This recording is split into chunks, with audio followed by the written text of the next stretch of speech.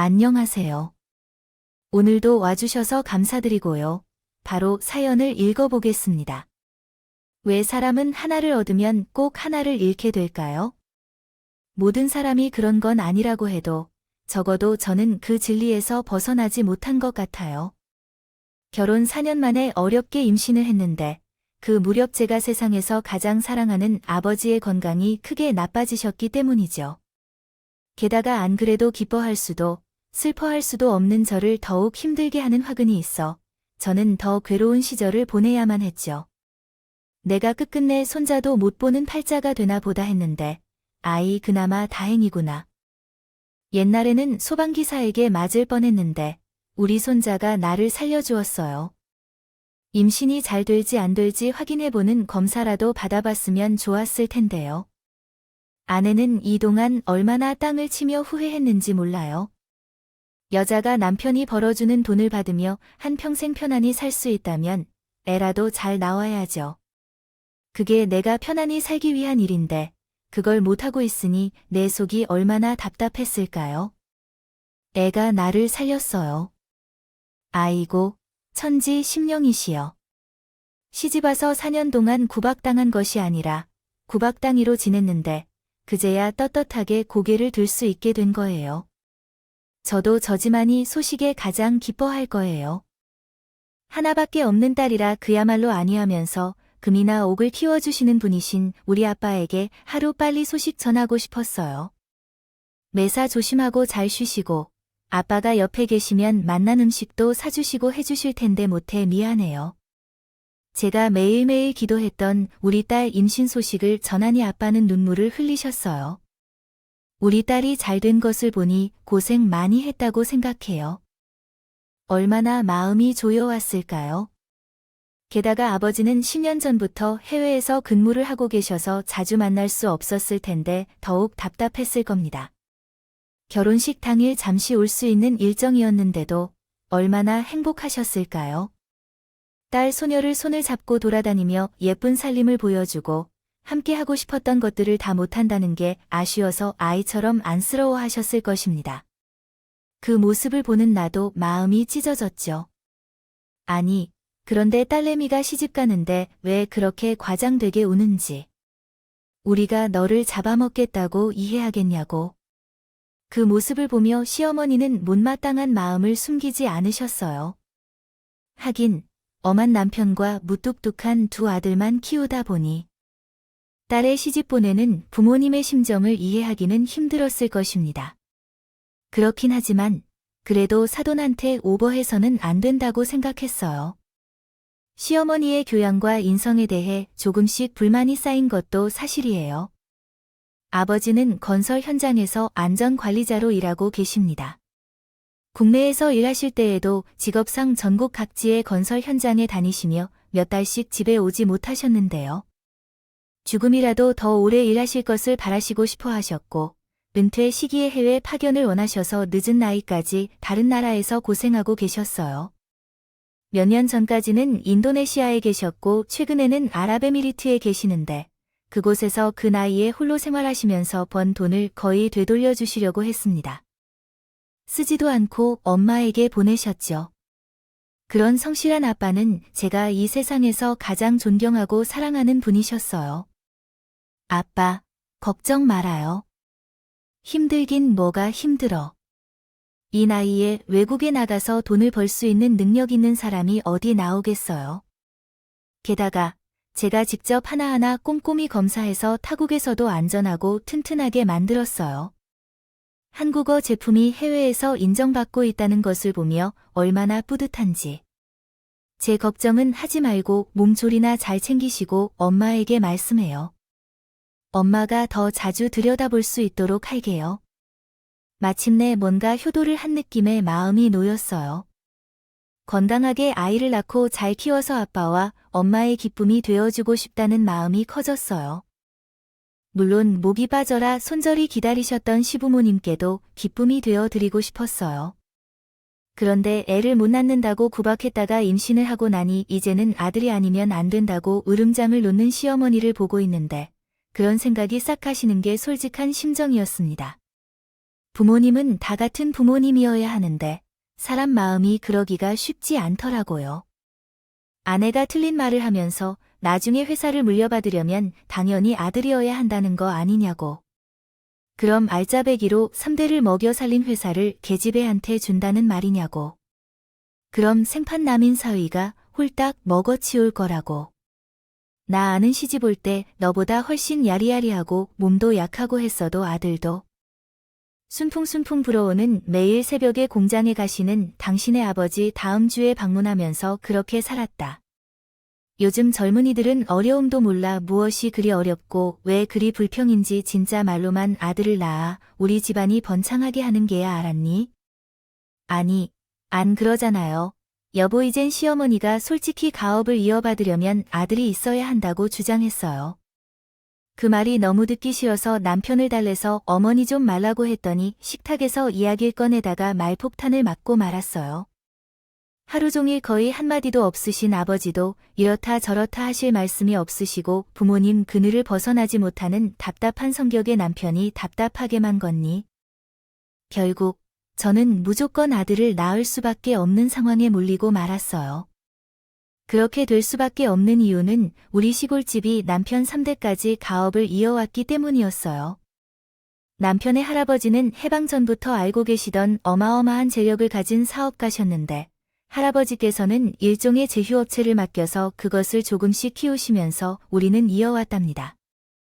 우리는 동네 창고에서 시작한 방직 공장이었지만 전쟁과 산업화를 겪으면서도 계속 성장하여 아버님께서 회사를 물려받으신 90년대에는 문만 열어도 번들거리는 회사로 커졌다고 해요. 결혼 후 남편이 물려받은 그 회사는 현재까지 번창하고 있습니다. 딱히 모험을 떠나지 않아도 현재의 거래처를 유지하면 충분히 생계할 수 있는 그야말로 꿀 같은 회사였어요.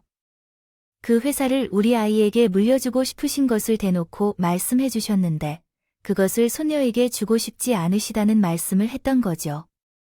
남편도 우리 아이가 아니면 남동생의 아들에게 공장이 넘어갈지도 모르겠다는 점에 조심스런 신경을 썼고요.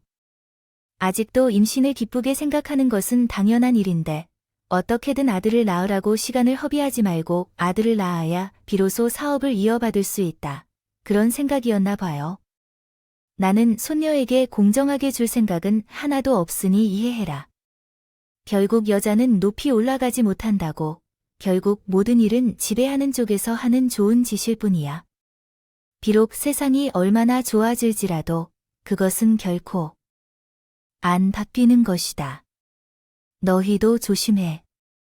아들이 나오지 않으면 둘째가 장가가서 낳은 아들이 너희 자리를 차지할 테니까 조용한 집안에 피비린내를 나게 하지 말고 무조건 아들을 낳아 알겠니?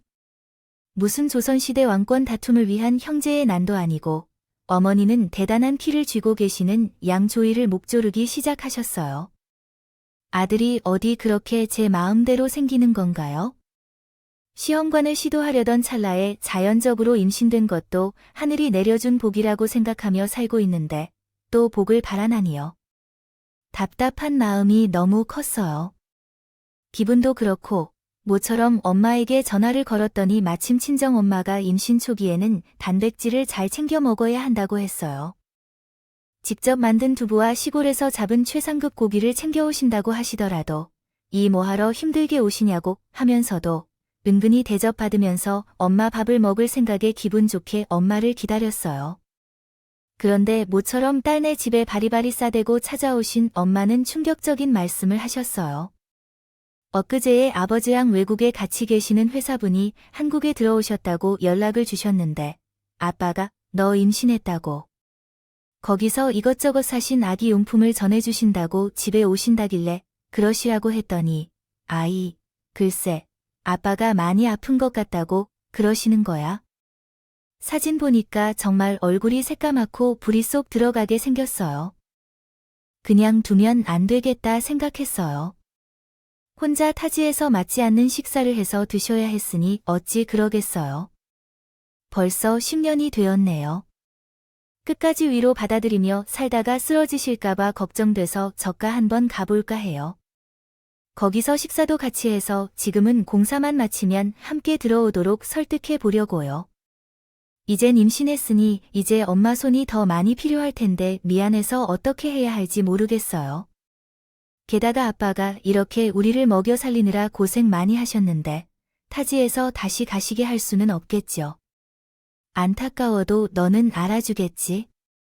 응, 심하진 않지만 당뇨가 있었던 아빠에게는 식단이 정말 중요하잖아요.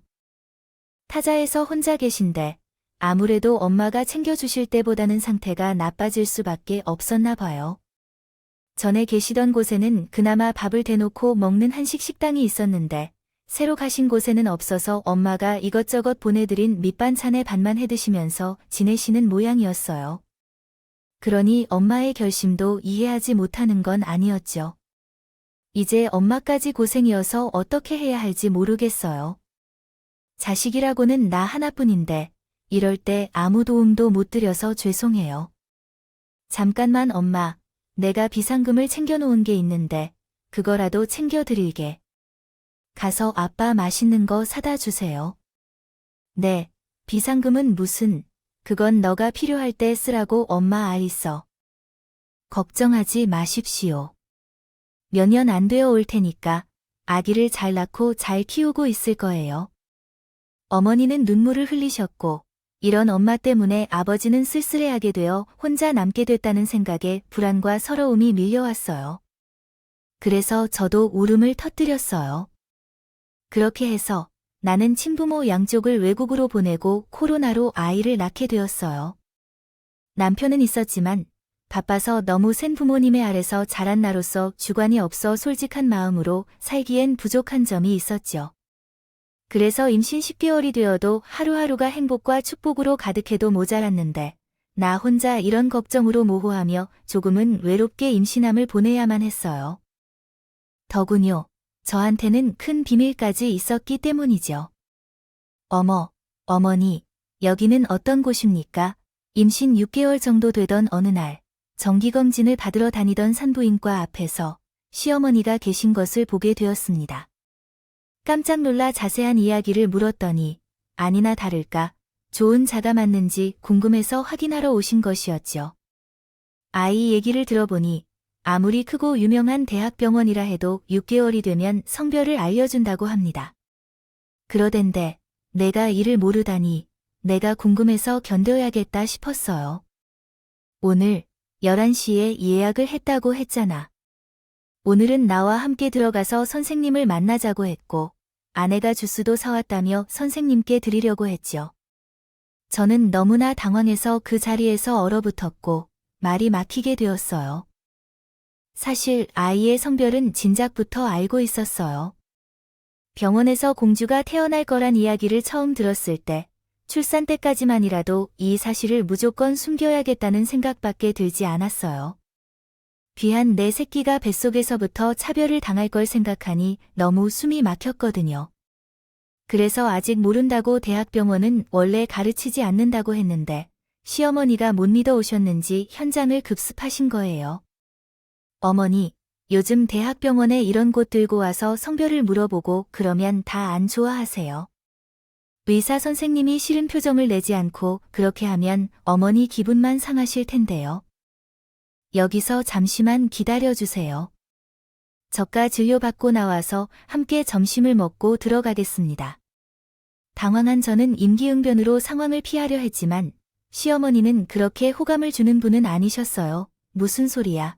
그 선생님 친절하다는 소문이 많이 나왔는데 아이고, 여기까지 왔는데 왜 밖에서 기다리게 했을까? 어서 들어가자. 안 무슨 소리야. 결국 시어머니는 진료실에 들어가자마자 의자에 앉기도 전에 엘사 선생님께 성별부터 물으셨고 선생님은 친절하게도 딸이라고 대답해 주셨어요.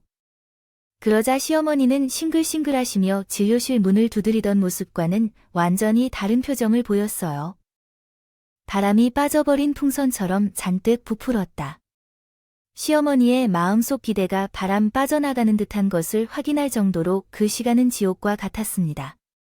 진료를 받았는지 지옥을 겪었는지 확실하지 않았지만 진료실을 나왔을 때 시어머니는 손에 쥔 채 챙겨온 주스로 앞서가며 택시를 타겠다고 하셨어요.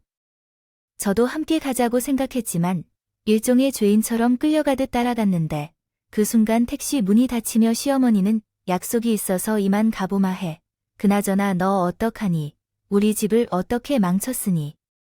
무사할 수 있겠니?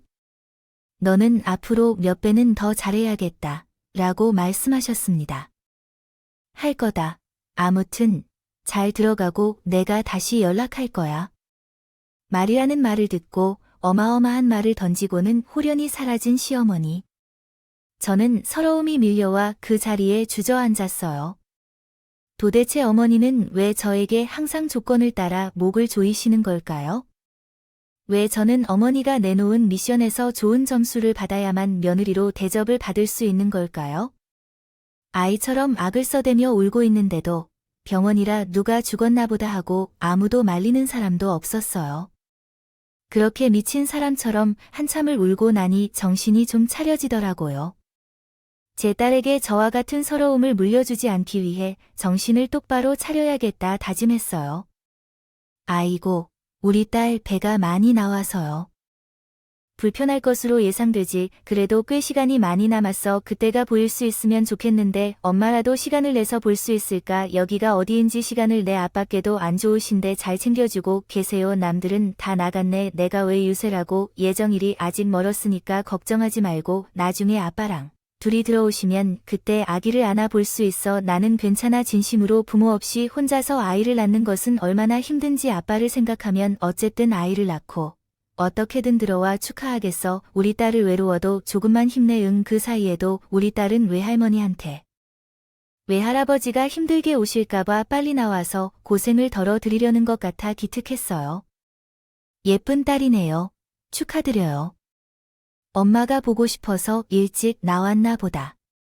건강하니까 걱정 마세요. 딸은 예정일보다 훨씬 빨리 태어났어요. 예정에 맞춰 한국에 들어오려고 준비하셨던 엄마 아빠는 들어오실 필요가 없어졌고요. 어차피 바로 조리원에 들어가야 하니까요.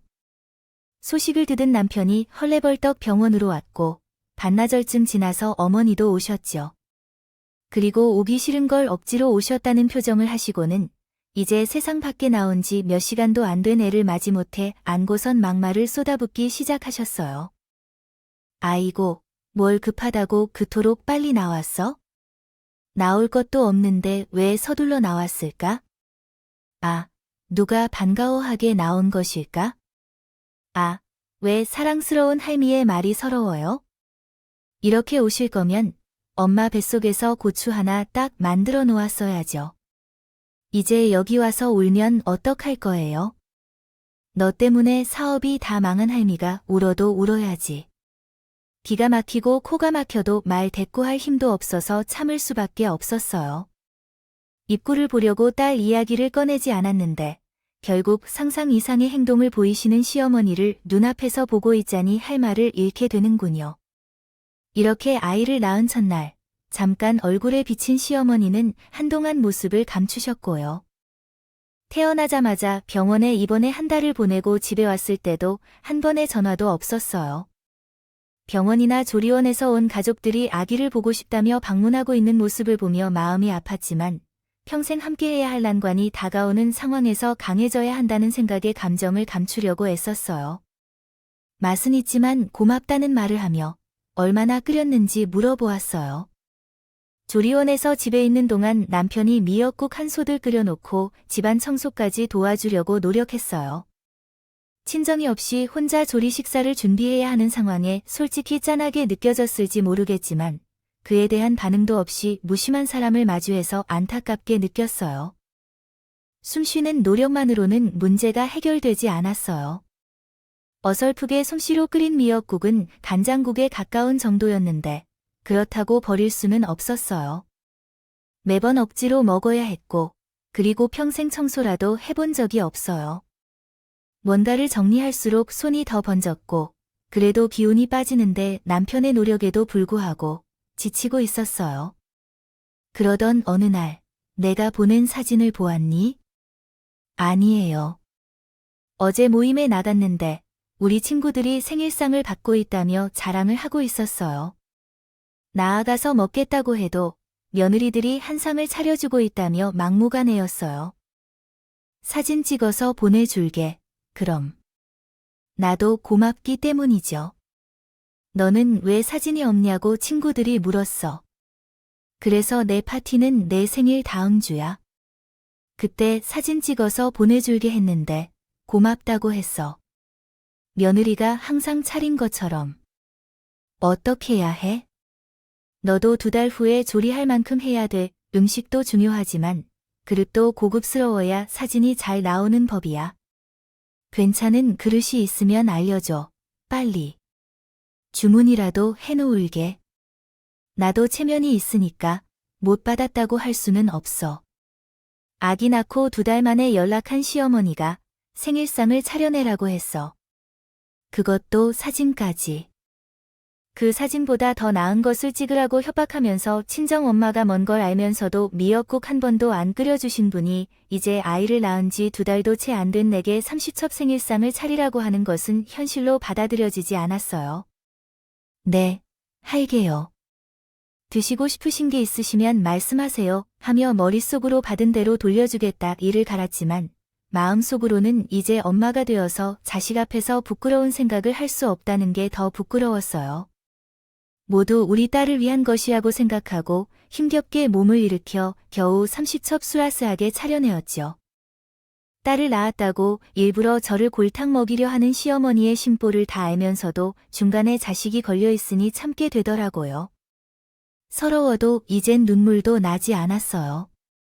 드디어 시어머니의 생신날 저녁 집에 들른 시어머니는 생일상을 보더니 놀라며 기대 이상이라는 눈치를 보였어요. 꽤나 신이 나셨는지 이리저리 사진을 찍어 프로필 배경사진을 올리시더라고요. 아이고, 군뱅이도 쿠르는 재주가 있다더니 어떻게 흉내는 잘 냈구나. 사진을 딱 보내주니까 얼마나 쉬워 내가 다 생각이 있어. 그런 거지 너 편하라고 몸조리는 잘하고 있냐. 손녀 좀 안아보자라는 말 한마디 없이. 그렇게 생일상에만 감탄하던 시어머니는 드디어 상가운데 자리에 앉아 음식을 맛보기 시작했어요. 그런데 이것저것 방정술의 맛을 보다가 미간에 확 찌푸리셨어요. 이럴 줄 알았어. 이게 음식이니 사진을 보고 모양만 따라한 거야 가는 본거니라. 그러자 맛있게 먹고 있는 남편의 젓가락을 탁 치며 막말을 이어갔어요. 예, 넌 뭘 그렇게 맛있다고 먹고 있니? 젓가락 내려놔라. 입맛만 버려.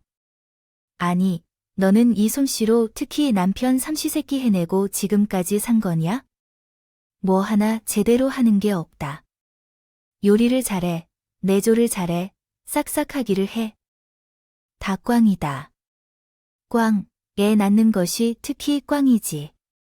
애를 잘 키우고 아들을 낳을 줄 아는 것이 중요해. 내 팔자야. 어디서 그런 꽝인 며느리를 만나서 생일상을 한 번 받겠다며 억지로 오게 했어. 춘향이야, 내 팔자야. 막말에 젓가락을 거의 집어던지는 행동에 난 더 이상 가만히 있을 수 없다고 생각해서 스스로 스위치를 눌러버렸어요. 그렇게 계속되면 제 딸조차 꽝이라 할 테니 뻔한 일이니 엄마로서 그건 방해해야 한다고 생각해요. 어머니.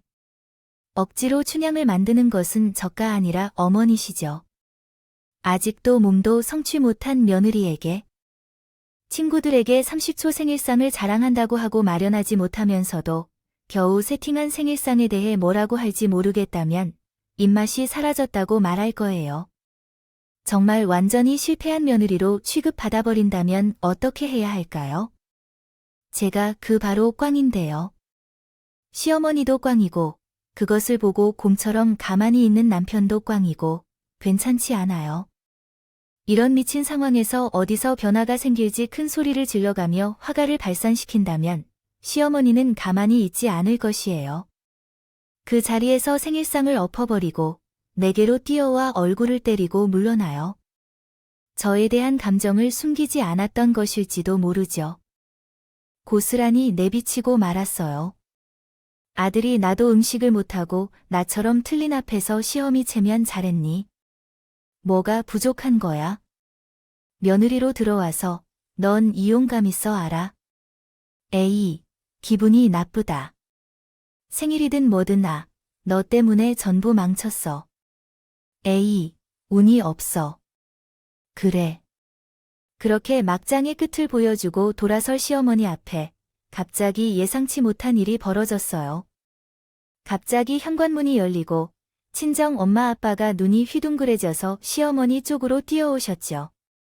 저는 당황해하여 말도 없이 두 분이 몰래 한국에 오신 게 아닐까 하는 생각이 들었어요. 친정 엄마는 우리 집 열쇠를 알고 있더라고요. 있어요. 됐어. 어제 시어머니가 막말을 하신 소리를 문 밖에서 들었어요. 참지 못하고 문을 박차고 들어왔는데 신발도 벗지도 않고 짐을 내던지면서 달려오더니 엄마는 시어머니 머리카락을 낚아채어 휘두르기 시작했어요. 엄마, 아빠, 시어머니 죽겠다고 놓아달라고 난리였지만 엄마는 막무가내였어요. 아니, 어디서 감히 남의 소중한 딸을 건드리냐. 어느 때 죽고 나주해 보자. 아, 너도 똥같이 당하게 해줄 거야. 기다려. 몸부림을 치다 보니 어느새 시어머니는 넘어져 바닥에 놓아둔 반찬들을 홀딱 뒤집어 쓰고 있었고 그러더라고요. 시어머니를 보다가 아빠는 이리저리 뭔가를 찾더니 부엌으로 가 미역국 냄비를 들고 왔다. 그런 다음 시어머니에게 그대로 부어버렸다.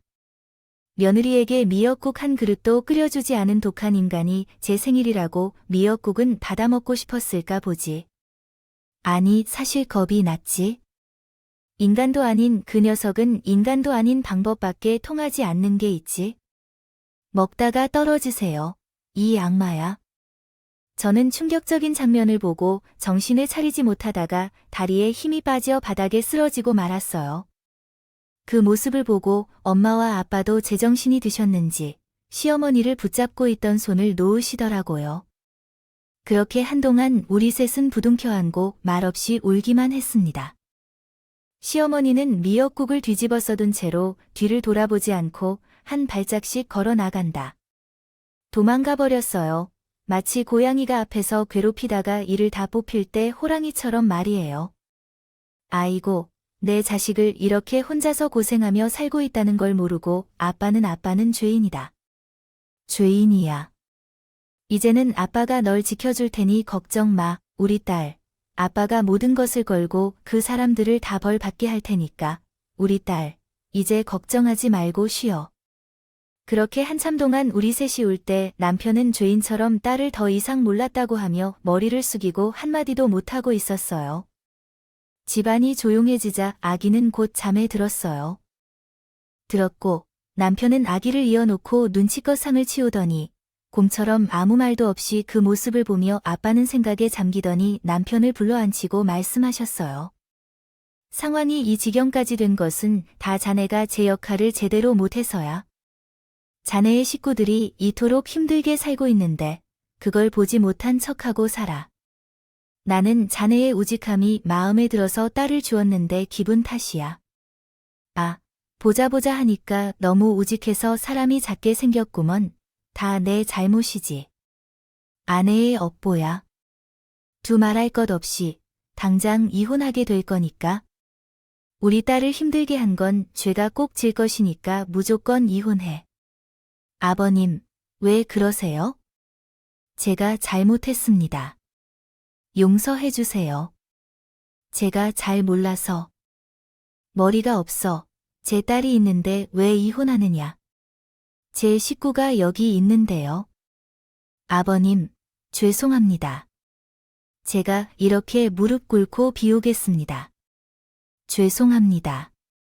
남편은 손이 발휘되도록 아버지에게 빌었고 아버지는 한숨을 쉬시더니 그러면 각서를 쓰라고 하셨어요. 시어머니와의 연을 끊고 다시는 제 앞에 시어머니가 나타나지 않게 지켜주겠다고. 그렇지 않으면 외국으로 제 딸을 데리고 가서 다시 만나지 못하도록 떼어놓겠다고 하셨죠. 한치의 흔들림도 없는 아버지의 단호함에 남편은 스스로 각서를 써서 시어머니와의 연을 끊겠다는 것을 분명히 했어요. 제 아버지이신 분, 이제는 나도 아빠가 된 것 같아요. 아버지의 마음을 어떻게 해석해야 할지 이해가 안 가요. 저는 더 잘하겠습니다. 가족을 꼭 지키겠습니다. 그날 밤에 아버지와 남편은 다음날 아침까지 함께 술을 마시며 깊은 이야기를 나눴어요. 내 몸이 아플지라도 애 낳은 딸이 혼자 힘들 것 같아 걱정되어 힘이 돼주겠다고 시간을 투자해 수십 시간을 보낸 적도 있습니다. 또한 딸이 힘들게 산을 낳을까봐 외국에 있었음에도 연락을 못하고 있는 아버지의 마음을 남편에게 그대로 전달하거든요. 자네도 이제부터는 딸의 아버지가 된 건데 아내가 미워하지는 않을 거려. 사돈이라 할지라도 내 딸에게 잘못을 하면 오히려 나부터 가로막고 막아내야 하니까 말입니다. 너무 섭섭해하고 싶지는 않아. 아, 나를 이해해 주었으면 좋겠어. 결국 잠시 손녀딸을 보러 오셨던 엄마와 아빠는 외국에서의 업무를 마치고 한국에 남아 계시기로 하셨어요. 집도 우리 집 근처로 이사 오셔서 매일 눈에 넣어도 아플 손녀딸의 재롱을 보시며 함께 살게 되셨죠. 어려운 업무를 걱정하지 않아도 되는 엄마의 요리로 아빠는 금세 건강을 회복하셨고 저도 안정을 찾게 되었어요. 남편도 이와 같은 아빠와 번갈아가며 저녁마다 육아를 맡게 되었어요. 남성 역시 같이 살아가야 한다는 아빠의 교육 철학에 따라 아기를 잘 키우는 방법부터 음악을 들려주고 공기 관리하는 것까지 하나부터 열까지 배우면서 또 한 명의 딸에게 애정을 가득 실은 아빠로 살고 있어요. 나중에 우리 딸이 커서 내가 받을 사랑이 얼마나 크겠지요. 어머니, 아버지, 할아버지, 할머니, 너를 키우실 때 얼마나 많은 사랑과 관심을 보여주셨는지 꼭 말씀드리고 싶어요. 너를 소중히 여기는 소중한 사람들이 주변에 많아서 자신감을 갖고 살아가도록 도와줄 거예요. 다만 한 사람은 빼고요. 제 딸이 당신의 관심을 가지지 않고 생일상만 타령하는 시어머니는 결국 아버지와 이혼하셨어요. 칠순이면서 겪은 황혼 이혼이셨죠. 처음에는 소박한 가정이라며 말씀하신 분이었는데 결국 그 소박을 호소하는 일이 일어나셨어요. 남편이 어머니와 관계를 끊고 회사까지 그만두자 아버지가 내린 충격적인 결정이었어요. 한 사람만 빠지면 다 잘 돌아갈 것이라 생각했는데 왜 아들도 있고 며느리도 잃고 손녀딸까지 잃어야 하는 걸까요? 이 결정은 사업가적인 계산을 토대로 내리게 된 결정이었어요. 아버님다운 말씀이십니다. 내가 내게 이렇게 해도 봐주지 않겠다. 내 아들을 데릴 사위로 삼기 위해서 내가 얼마나 잘 먹고 잘 살고 있는지 명확히 감시하고 볼 것이다. 이런 짓을 아들놈이라고 하면 혼내야 하는데 나의 잘못인지 나를 향한 아들의 거리낌이야. 아들 둘을 낳고 수십 년 밤낮 가리지 않고 돌봐준 며느리를 버리다니. 참으로 내가 어디까지 나쁠지 내가 지켜보겠다. 그런 놈이 아들이라며 해로운 일을 저지르다 내가 잘못인 것처럼 권하는 당신 아버지의 그 아들은요. 어머니가 그 치부에도 변하지 않으셨다. 전화를 거시고 마침내 막다른 길을 보여준 후에 연락을 끊으셨고 그 뒤로 더 이상 관심을 보이지 않겠다고 하셨습니다. 그리고 두고 보겠다던 말은 아버님께서 운영하시는 구역으로 돌아가셨습니다. 회사 앞에서 억울하게 이혼을 당했다며 1인 시위를 하다가 사고를 당했습니다. 사고보다는 변호당했다는 표현이 더 적절한 것 같습니다. 시모가 시아버지와 결혼 생활을 할 때 그동안 회사 사장의 부인으로서 감투를 한 채 5만 가지 나쁜 짓을 다하며 살았다고 봅니다. 안 봐도 뻔했던 일이지만 가족인 며느리에게도 갑질을 하며 직원들에게 얼마나 갑질을 했을지 상상할 수 있습니다. 그런데 이러한 갑질을 당했던 공장 직원분이 1인 시위를 하고 계신 시모에게 계란을 던지고 몸싸움을 하다가 시모에게 밀려 공장 직원분이 넘어진 것으로 보입니다. 그런 싸움 속에서 공장 직원분은 다시 바닥에 떨어진 계란을 집어 시모에게 던졌지만 그때부터 이야기는 더 이상 알 수 없습니다.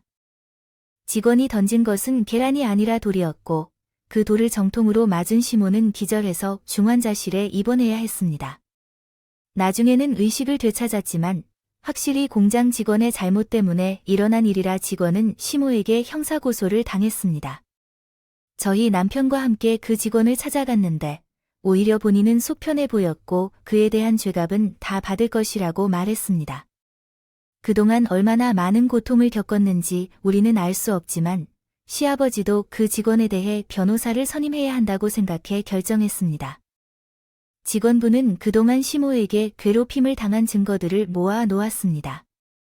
그 증거들과 초범인 점을 감안하여 형량은 집행유예를 받게 되었습니다. 나중에 시집가면 물려주려고 합니다.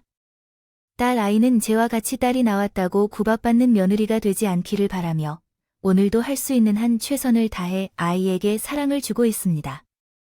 제가 우리 부모님으로부터 받은 것처럼요. 여러분도 누군가 정당하지 못한 이유로 스스로를 깔아뭉개는 상대가 있다면 부모님으로부터 받은 무한한 사랑을 떠올려 보세요. 아마 상상하지 못했던 힘이 발휘될 거예요. 그 힘으로 못난 상대를 날려버리며 행복한 삶을 살 수 있길 바랍니다. 제 긴 이야기를 들어주셔서 감사합니다. 지금까지 커피앤토와 함께 해주셔서 감사합니다. 오늘도 끝까지 함께 해주셔서 감사하고요. 다음 영상에서 또 만나 뵙겠습니다.